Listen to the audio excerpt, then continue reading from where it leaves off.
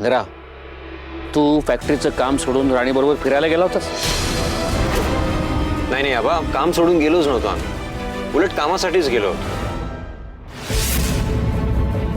आपला legal adviser सुट्टीवर होता आणि एक अर्जंट क्लायंट व्हिजिट होती.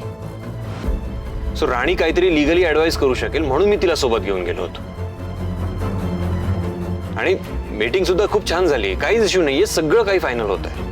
पण हे तुला कोणाला सांगावं असं वाटलं नाही? मग मी सांगून गेलो होतो, मी केटींना इन्फॉर्म केलं होतं. हो हो, केटी आले होते आणि काहीतरी लिगल काम आहे म्हणून ते राणीला बरोबर घेऊन गेले. आई, आबा, माझ्यावर प्लीज विश्वास ठेवा, मी कामासाठीच राणीला घेऊन गेलो होतो. हवं तर विक्रांतला विचारा. विक्रांत, आज आपली क्लायंट व्हिजिट होती ना? हो, पण तूच येऊ नकोस असं म्हणालास. विक्रांत, मला सांग, आपले लीगल ॲडवायझर सुट्टीवर होते का? हो बाबा, मी म्हणूनच इंद्राला म्हणालो की आपण दोघं जाऊ. हो, पण तोच नको येऊस असं म्हणाला. का काही कळलं नाही मला. विक्रांत, आज आपली क्लायंट व्हिजिट होती ना? हो, पण अरे तूच म्हणालास ना येऊ नकोस. तो तुला येऊ नको म्हणाला, कारण त्याला त्याच्या लाडकीला घेऊन जायचं होतं ना सोबत. हो ना इंद्रा? मी राणीला का घेऊन गेलो होतो तिला मी आधीच सांगितलंय.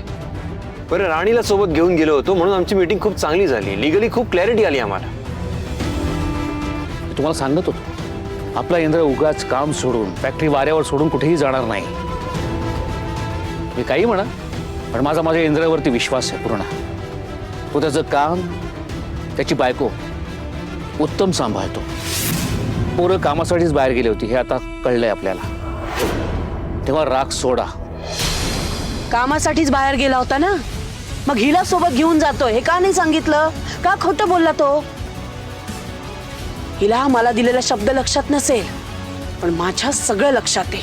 इंद्रजित सरांबरोबर बाहेर गेलेला आवडत नाही ना? ठीक आहे, मी नाही जाणार त्यांच्याबरोबर बाहेर. मी तुमचा शब्द नाही मोडणार. मालती मॅडम, तुम्ही मी माझ्या मुलाशी बोलतेय, मध्ये बोलू नको.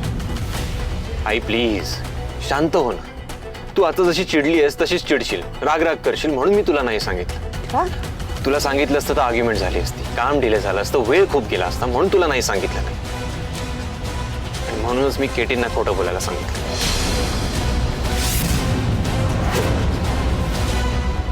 इंद्रा, काकीने सांगितलं नाहीस ठीक आहे, पण तू घरच्या माणसापासून, तुझ्या मोठ्या भावापासून लपवलंस. आणि त्या केटीला सांगितलं सगळं खरं खरं. कमाल करतोस रे विक्रांत. अरे इंद्रा, अरे तुम्हा दोघांना जर प्रायव्हसी हवी होती तर तसं सांगायचंच ना. खोटं का बोललास रे?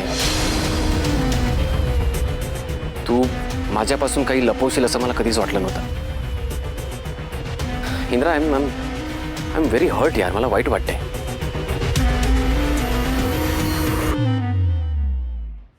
Vikrant, I am sorry. म्हणजे मला मान्य आहे मी तुला सांगून जायला हवं होतं, पण मला असं वाटलं नव्हतं की तुला वाईट वाटेल.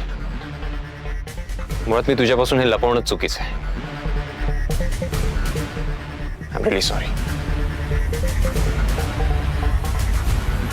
ठीक आहे, मी ऍक्सेप्ट करतो माझं चुकलंय, आणि माझं जर चुकलं असेल तर मला माफी मागण्यात माझा इगो आडवा नाही आला पाहिजे.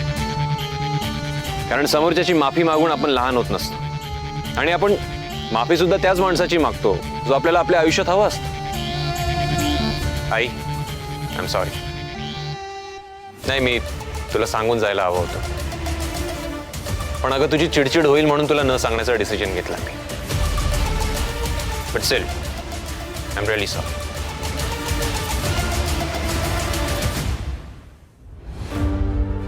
इंद्रा, तुझ्यामध्ये हा समजूतदारपणा कोणामुळे आलाय मला चांगलं ठाऊक आहे. तुझ्यातला हा बदल खरंच सुखावणार आहे.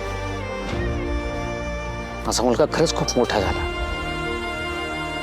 जाणता झाला, कसं वागलं पाहिजे, चुकल्यावर झुकतं माप घेतलं पाहिजे, प्रत्येक माणसाला त्याचा मान दिला पाहिजे, हे विचार तुझ्यामध्ये चांगले झिरपले आहेत. कायम ह्याच विचारांवर चालत राहा, आयुष्यात खूप पुढे जाशील.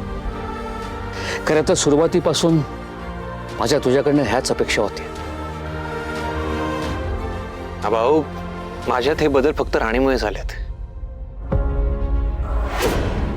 चांगलं वाईट त्याचे सगळे विचार तिने